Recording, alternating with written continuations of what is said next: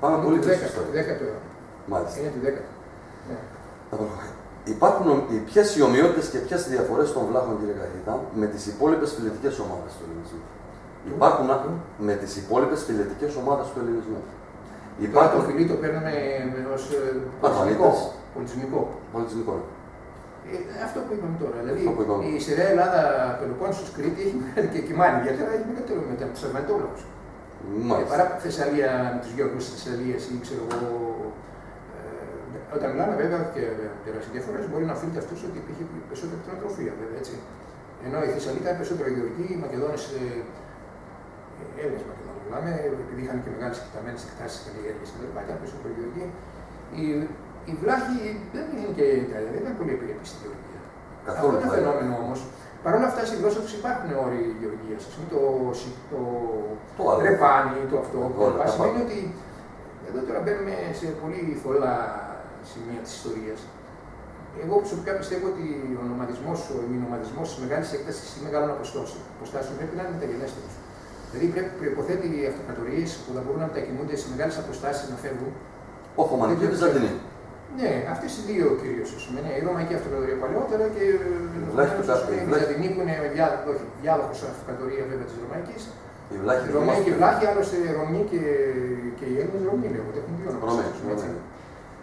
Οι Βλάχοι του Κεφαλοπρίου καταστράφηκαν όταν έκλεισαν τα σύνορα με την Αλβανία. Ναι, το ξέρω, το αναγκάστηκαν να περιορίσουν τα ζώα τους, διότι αυτή η μορφή οικονομίας, η νομαδική κτηνοτροφία, στην Κύπρο υπάρχει ένα μεγάλο πρόβλημα. Τώρα μπαίνουμε σε καθαρά οικονομικά. Το Άγκερ, υπάρχει μια οικονομία, θεωρία οικονομικής φύσης, ας πούμε, γεωργίας, την έκθεση του Άγκερ και του Άλτους. Δηλαδή, το βοσκότοπο που έχεις στα παιδινά και στα ορεινά. Ναι.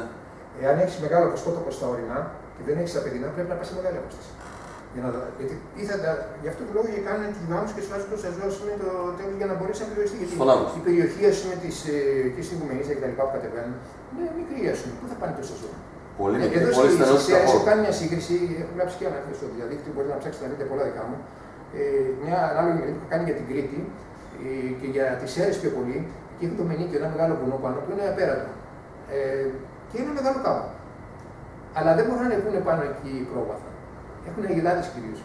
Εν πάση περιπτώσει εκεί έχουν κάμπο μεγάλο. Αλλά δεν έχουν ορεινό. Γιατί δεν μπορούν να πάνε πρόβατα πάνω. Είναι η φύση του εδάφους τέτοια, γιατί δεν είναι μόνο το να είναι ορεινό ή παιδινό κτλ. Αλλού τα γίδια σου είναι πιο εύκολο να παραμείνουν, όπως με Αρβανίτες έχουν κυρίως γίδια. Αλλού τα πρόβατα, αλλού οι αγελάδες. Οι βούβαλοι που είναι και γιατί έχουν πολλά νερά στις Σέρρες, έχουν τα βουβάλια, τα οποία είναι σημαντικά ζώα γιατί βγάζουν ωραίο βούτυρο κτλ. Και το κρέας τους. Μάλιστα. Να περάσουμε στη γλώσσα, κύριε καθηγητά. Τι είναι τώρα, η βλάχικη είναι κατά τη γνώμη σας διάλεκτος, ιδίωμα ή ξεχωριστή γλώσσα? Τώρα, αυτό που είπαμε πριν, νομίζω ήδη κάνουμε συνεχή μια κουβέντα. Να το επικεντρώσουμε. Το να μιλάμε για διάλεκτο προϋποθέτει μια γλώσσα. Έτσι. Η διαφορά της μιας γλώσσας από την άλλη είναι ότι δεν μπορεί να συνοηθείς και πολύ καλά. Όχι απόλυτα, αλλά δεν μπορεί να συνοηθείς σε μια άλλη γλώσσα διαφορετικά. Αν είναι διάλεκτος, συνεννοείσαι. Εγώ ήμουν αυτή την περίοδο, είχα πάει στον Κάφκασο, στην Αρμενία και κάνω μια έρευνα για τους Αρμενίους αλλά και για τους Ελληνοπόντιους. Σε πληροφορώ ότι η διερμηνέας μου ήταν ένας Αρμένιος ο οποίος πολύ καλά ελληνικά, στα ποντιακά. Δεν καταλαβαίνω, δεν τους καταλαβαίνω και πολύ καλά, αλλά μιλάει ελληνικά. Ναι, επομένως είναι διάλεκτο. Κάπου που είναι η διάλεκτος και που είναι η γλώσσα συζητιέται, ας πούμε. Ένα άλλο παράδειγμα θα φέρω που είναι πολύ ενδιαφέρον. Όταν πήγε ο Βούλγαρος, ο Σκοπιανός, να το πούμε έτσι, πρωθυπουργός στη Βουλγαρία να ζητήσει να μιλήσει στο κοινοβούλιο, ζήτησε διερμηνέα. Και του είπε ο πρωθυπουργός, άστα αυτά τώρα, θα δω αυτή τη γλώσσα μιλάω. Γιατί όταν πεις ότι είναι διάλεκτος ή είναι άλλη γλώσσα, αυτομάτως δημιουργήσει και μια, όχι εθνοτική ομάδα, εθνική ομάδα. Μάλιστα. Ναι, έτσι. Τώρα με ποιες γλώσσες, ας πούμε. Με τη δαλματική βεβαίως είναι μια διαφορετική γλώσσα. Με τα γαλλικά και τα ιταλικά και τα ισπανικά είναι μια τελείως διαφορετική γλώσσα. Με τα ρουμάνικα μπορεί να είναι διακλαδώσεις ενός συστήματος γλωσσικού ευρύτερου που έχει περισσότερες ομοιότητες. Γιατί κάποιοι λένε ότι δεν είχε μια ομοιότητα. Όχι, εγώ διαφωνώ σε αυτό. Υπάρχει ομοιότητα.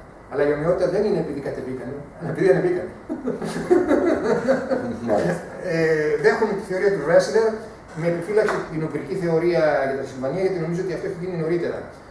Να βρείτε το άρθρο αυτό, το ιστοσελίδα, διότι αυτοί επισημαίνουν και κάποια άλλα πράγματα. Πρώτον, ότι είναι οι Ρουμάνοι όπως και οι Βλάχοι είναι οι μόνοι λατινόφωνοι οι οποίοι είναι Ορθόδοξοι. Δεύτερον, ότι χρησιμοποιούσαν το κυριλικό αλφάβητο στη Ρουμανία. Που σημαίνει ότι ήρθαν από κάτω. Και πολλά άλλα πράγματα τα οποία τα επισημαίνουν αυτοί και έχουν δίκιο. Έχουν δίκιο σε αυτό. Μάλιστα. Ποια είναι η θέση σας, κύριε καθηγητά, ως ακαδημαϊκός φορέας για τη βλάχη γλώσσα? Τι πρέπει να γίνει για την καταγραφή? Εγώ μιλάω ως τελευταίος αντεξάρτητης και όχι εκπροσωπώντας την Ακαδημία. Άσχετα αν είναι στην Ακαδημία, το λέω αυτό γιατί δεν είναι επίσημο, αυτό είναι η δική μου άποψη. Βεβαίως.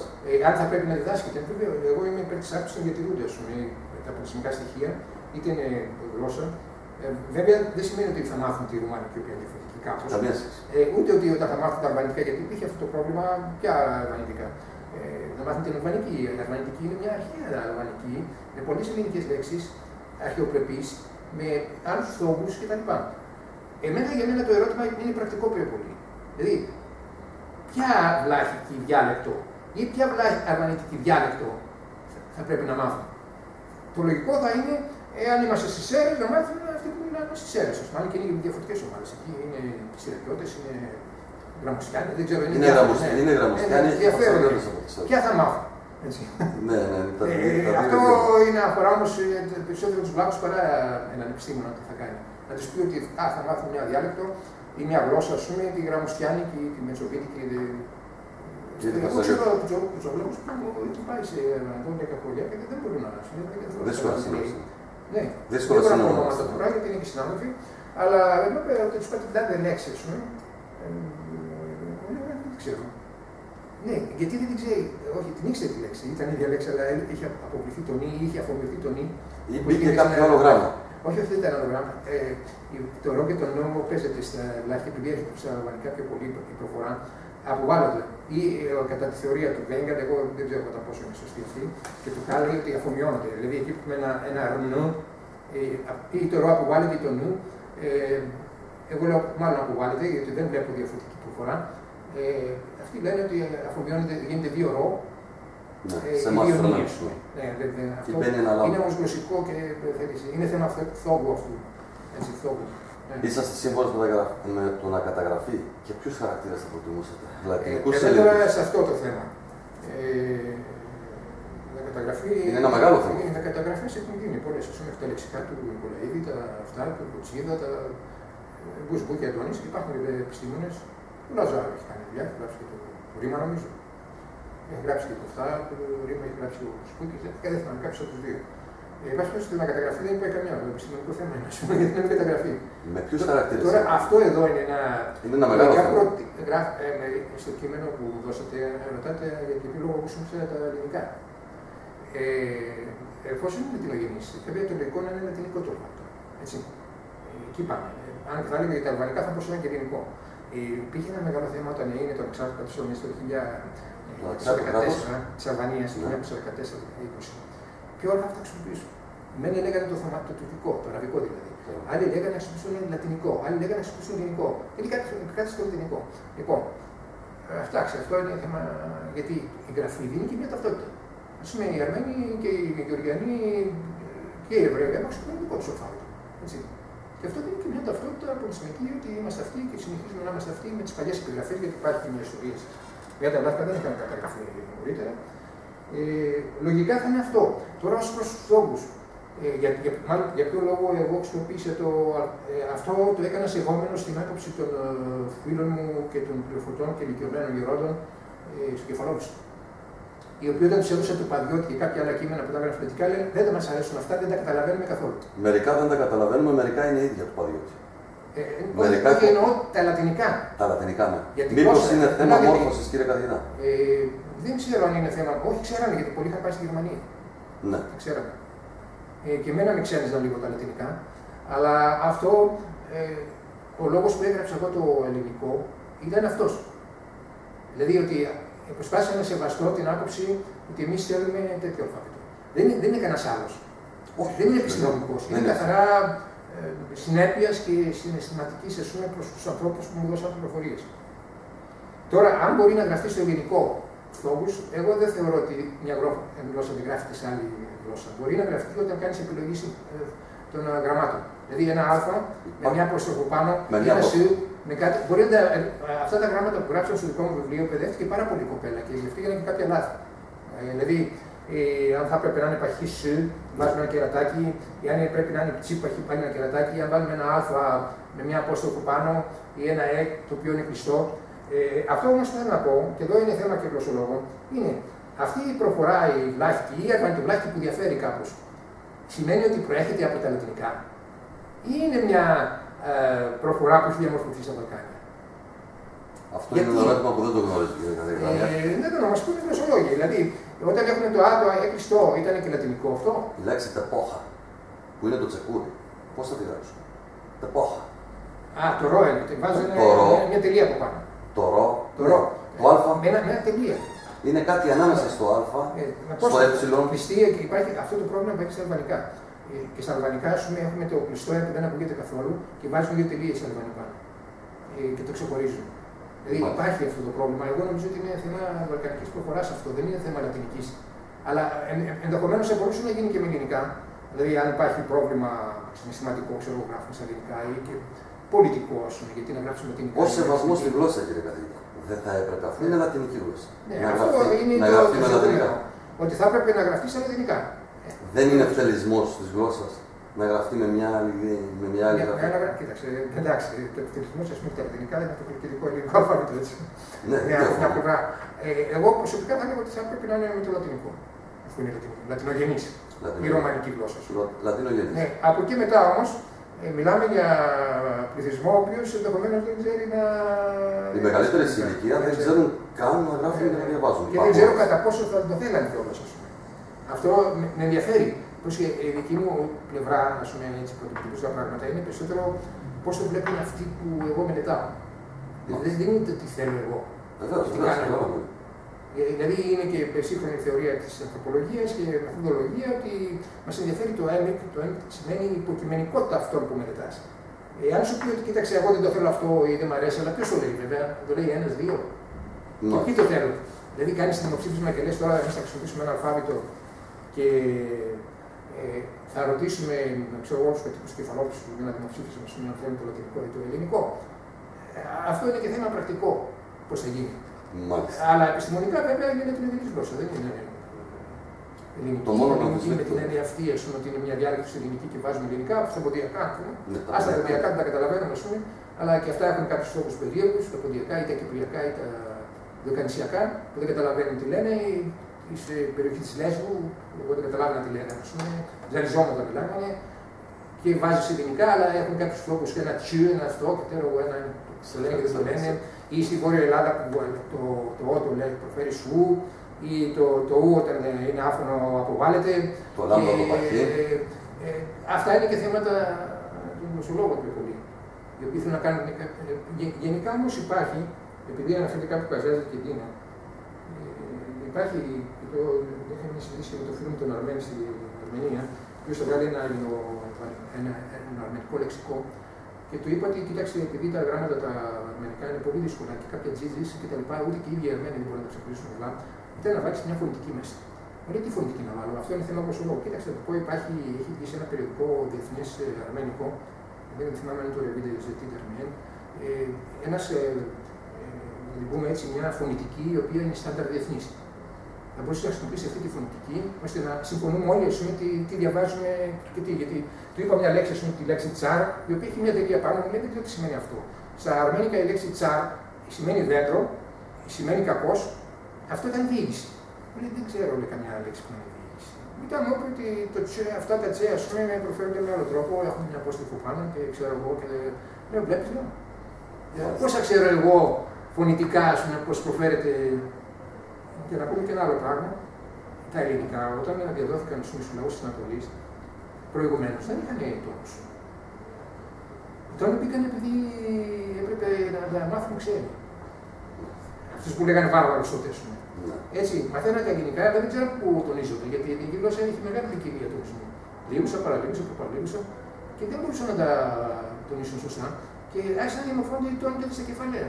Οι δε μικρογράμματος έγιναν μετά με τα αραβικά για να είναι πιο καλλιγραφικά. Δεν είναι αυτή η γραφή. Ήταν κεφαλαία τα αρχαία ελληνικά. Τα αρχαία ελληνικά ήταν μόνο κεφαλαία. Κεφαλαία, χωρίς τόνους, χωρίς τίποτα. Αλλά υπήρχε προσωδία. Το μέγα προφέρονταν ανοιχτό, ας πούμε.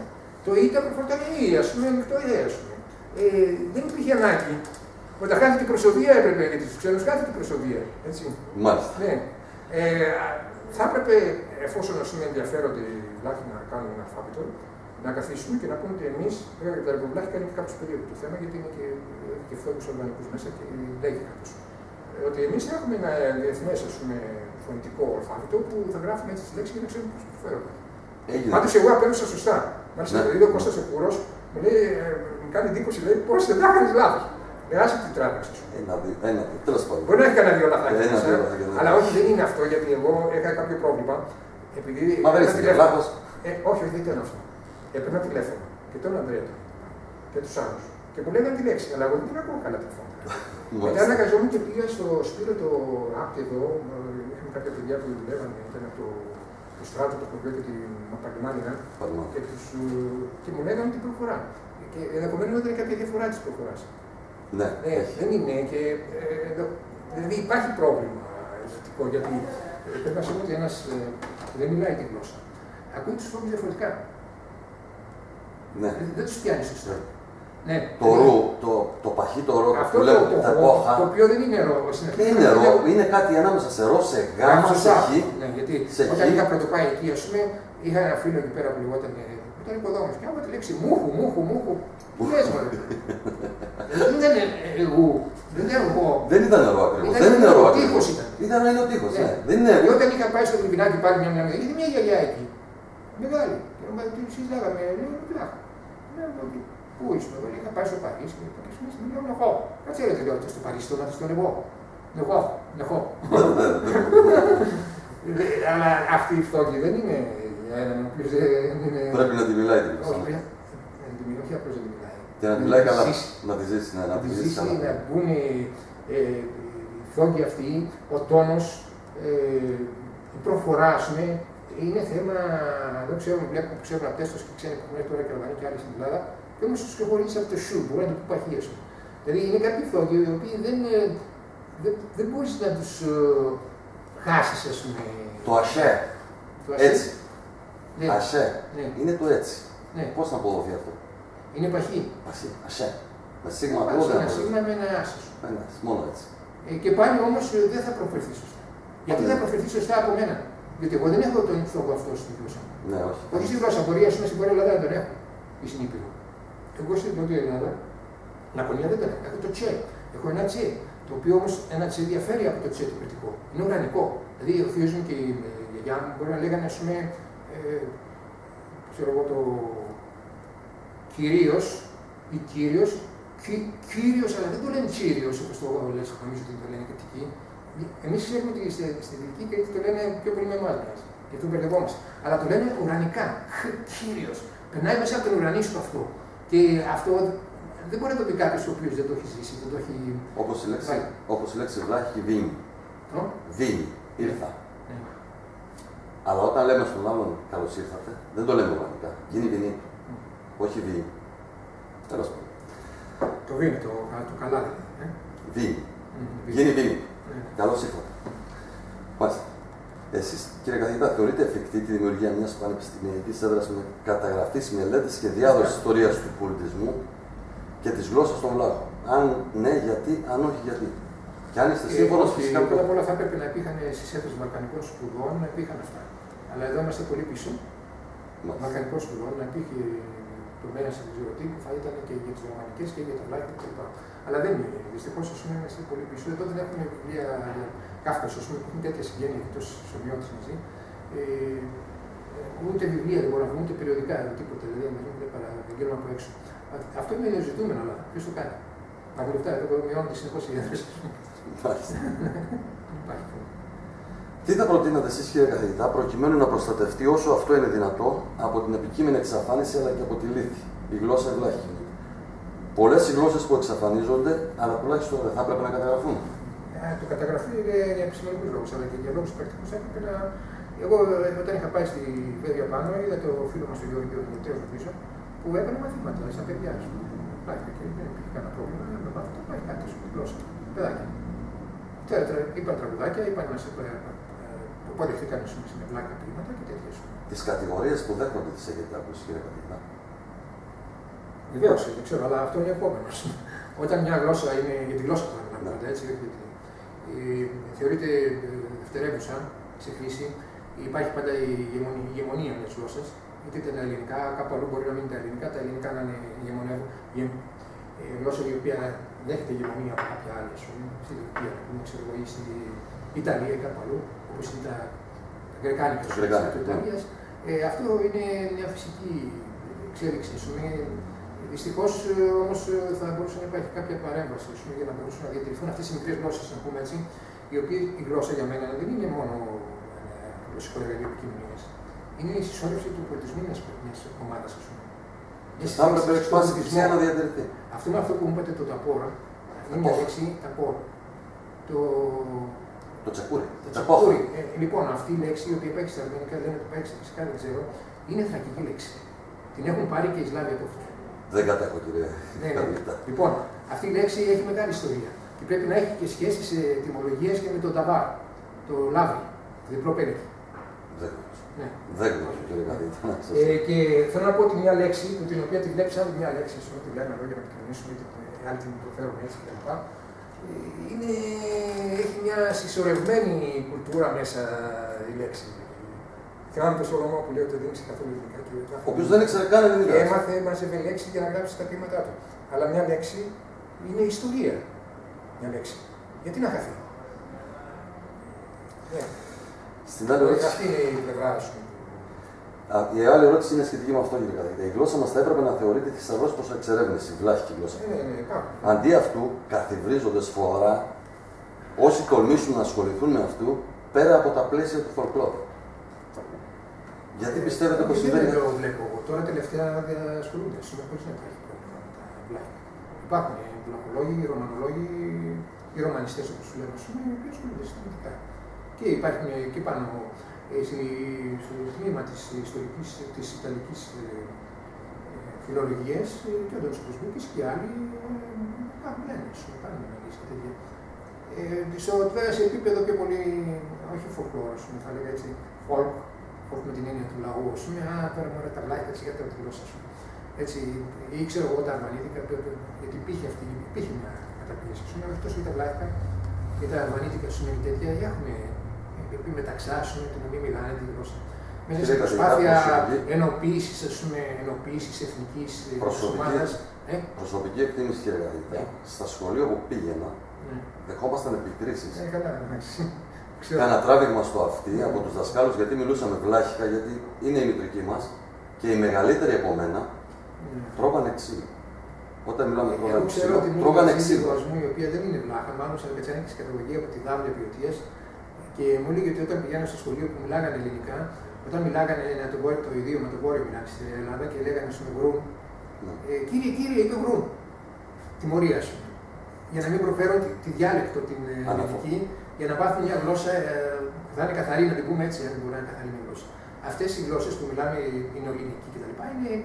Είναι, δεν θα είναι κατασκευάσματα, είναι μια εξέλιξη από διαλέκτους. Επικρατεί μια διάλεκτος.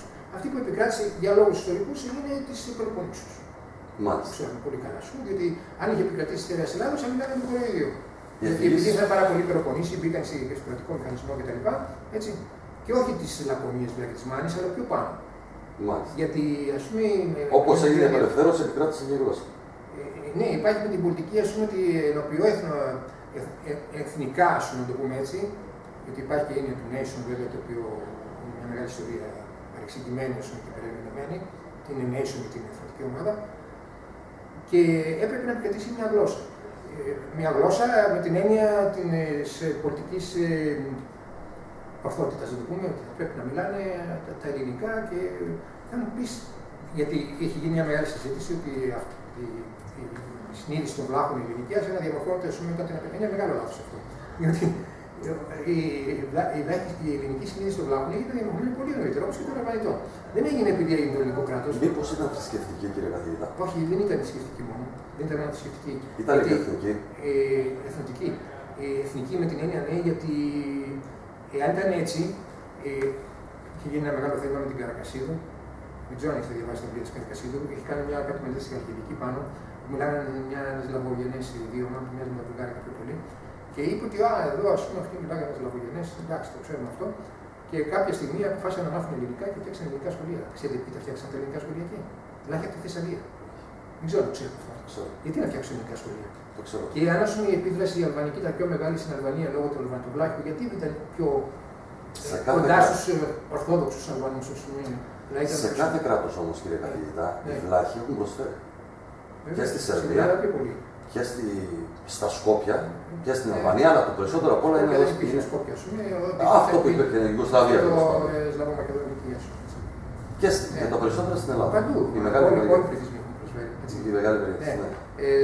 Πάντως, για το σχολείο που λέγαμε πριν, κύριε καθηγητά, οι αφηγήσεις των μεγαλύτερων από μένα, εγώ έκανα δύο τραβήγματα στα αυτιά, 60 τώρα μου μιλούσαν για ξύλο. Οι παππούδες δε, υπήρχε φοβερός διαχωρισμός. Θεωρούμασταν θέρματα. Δεν μας αντιμετωπίζαν. Γιατί είχε επικρατήσει αυτή η θεωρία της. Δεν μας θεωρούσαν δηλαδή καν δικούς τους. Είχε ένα θέμα, δεν ξέρω αν είχε διαβάσει τα παιδιά της Λίκαινας του Παπαγιάννη, νομίζω λέγεται. Τα παιδιά της Λίκαινας έχει διαβάσει. Όχι. Για τους Ροχιούρμανους, τις Ελαϊταλίσμες, τότε με το 40. Το 40, που εμείς δεν είχαμε καμία σχέση. Η περιοχή δικιά μου εκεί πέρα. Δεν το έχει ιδιαίτερα καθόλου. Αν και είπαν ότι κάποιοι, γιατί εγώ διαβάζοντας κάποια βιβλία που γραφτεί για όχι τη Τζαμουριά, δεν τη λέμε Τζαμουριά, γιατί είναι η Γερμανία, το Τσάμικο. Έτσι το λένε σωστά. Το Τσάμικο, ναι. Παρότι οι βλάχοι όμως, οι κεφαλοπρεσίδες, την περιοχή κάτω τη λένε Τσαμερία. Τσαμερία στην γλώσσα του. Στην γλώσσα του ελληνικά λένε Τσάμικο. Στο Τσάμικο, ναι. Είδα πάρα πολλά επώνυμα βλάχων που είχαν σκοτώσει οι Αλβανίες. Δεν είχαμε τις καλύτερες σχέσεις. Ιδίως με τους Τσάμιδες. Ναι, γιατί ήταν το σκότωπι, ήταν τα συμφέροντα, υπήρχαν και πολλά άλλα πράγματα, αλλά είχαν κυνηγηθεί πολλοί οι Αλβανιτόβλαχοι, ας πούμε. Ναι. Τις πρωτείες, να πούμε έτσι, επειδή είχαν και υποσκοτόπια κάτω και τέτοια. Και είχε γίνει και ένα δικαστήριο τότε στη Λάρισα, επειδή κάποιοι είχαν υποστηρίζεται από τον Παπαγιάννη που έγραψε αυτό το βιβλίο και είχαν κάνει το Μέτζο, ξέρετε, είναι ένα δικαστήριο. Τότε ξέρετε αυτές τις ιστορίες. Οι οποίες για μένα είναι πολύ θολές, ας πούμε, και δεν ξέρω τι. Πολύ σκοτεινές. Εν πάση περιπτώσει, τώρα κάποιοι βλάχοι ή κάποιοι Αλβανίτες, ας πούμε, συνεργάστηκαν με τους Ιταλούς. Αλβανίτες πλέον, δεν λέμε Γερμανούς. Αν συνέβη κάτι τέτοιο. Για μένα δεν λέει και τίποτα απολύτως, γιατί εδώ πάρα πολύ γρεκόφωνοι, ελληνόφωνοι. Έτσι συνεργάστηκα και σε πολύ χειρότερη, για να μην πω τώρα ονόματα εδώ που μιλάμε. Άνθρωποι που είναι στα πράγματα τώρα. Ναι, καλύτερα να μην πούμε ονόματα και θα πέσουν τα βάρια να μας πλακώσουν. Θέλω να πω που είναι στα πράγματα τώρα που ήταν οι γονείς του. Συνεργάτες των Γερμανών και δεν συμμαζεύουν. Οι αφηγήσεις των παλαιότερων πάντως, κύριε καθηγητά, ήταν ιδίως στον Εντάρτο Πόλεμο, υπήρχε φοβερός διαχωρισμός στον εμφύλιο. Εμάς μας έπληξε πολύ πάνω στην οικογένεια. Προσωπικά έχω νεκρούς στην οικογένεια, και από Γερμανούς και από Αντάρτες. Φύγανε πολύ στην Κέρκυρα για να γλιτώσουν και τα κοπάδια τους και τις ζωές τους. Ο παππούς μου ήταν 3 μέρες πάνω σε ένα δέντρο, τέλος πάντων. Αυτό γιατί το κυνηγάγανε να το σκοτώσουν την Αντάρτες. Μην νομίζετε κάτω στην Λακωνία, στην Κρήτη δεν γίνεται τα ίδια. Ναι, είναι μεγάλη πληγή και το Αντάρτικο. Και κάτω στην Λακωνία, εκεί χίτες και τα λοιπά και με ρηγαλάδες και τέτοια. Από εκεί ξεκίνησε και ο εμφύλιος, από τους δοσύλλογους στην κατοχή και αυτά. Καλά, είναι μια μεγάλη ιστορία. Πολύ μεγάλη ιστορία. Ας τα αφήσουμε στους ιστορικούς αυτές. Έχουν κάποιες απόψεις, πώς έγινε, γιατί έγινε και αυτά λοιπά. Αλλά εν πάση περιπτώσει είναι θέμα και ακόμα δεν έχει γραφτεί, γιατί λένε ναι, έχουν περάσει τόσα χρόνια, αλλά επειδή ζουν, ας πούμε. Ή τα παιδιά τους ή και πολλοί ηλικιωμένοι που είχαν πάρει μέρος σε αυτές τις καταστάσεις, είναι πολύ δύσκολο να δουλευτεί το πράγμα. Οι ιστορικοί μπορούν να τα δουν, για μένα πρέπει να περάσουν τουλάχιστον 50 χρόνια ακόμα για να μπορούν να αλλάξει οι καταστάσεις και να μπορούν να γράψουν ιστορικά τα γεγονότα αυτά. Στα χωριό, κύριε καθηγητά, από αυτά που πιστεύω που μελετήσατε τα χωριά στη Βίσανη, Δελβινάκι, Βασιλικό και άλλα, οι βλάχοι άρχισαν να χορεύουν, νομίζω, με τις τοπικές ενδυμασίες το 1993. Εγώ έχω γράψει μια μελέτη για την Βίσανη. Νομίζω ναι. Η μάνα μου είναι από τη Βίσανη. Δεν είναι πραγματικές βλάχες ενδυμασίες, έτσι είναι η Μετσοβίτη. Όχι, δεν είναι. Είναι μια φορεσιά του Ζαγορείου, κάτι μια μίξη.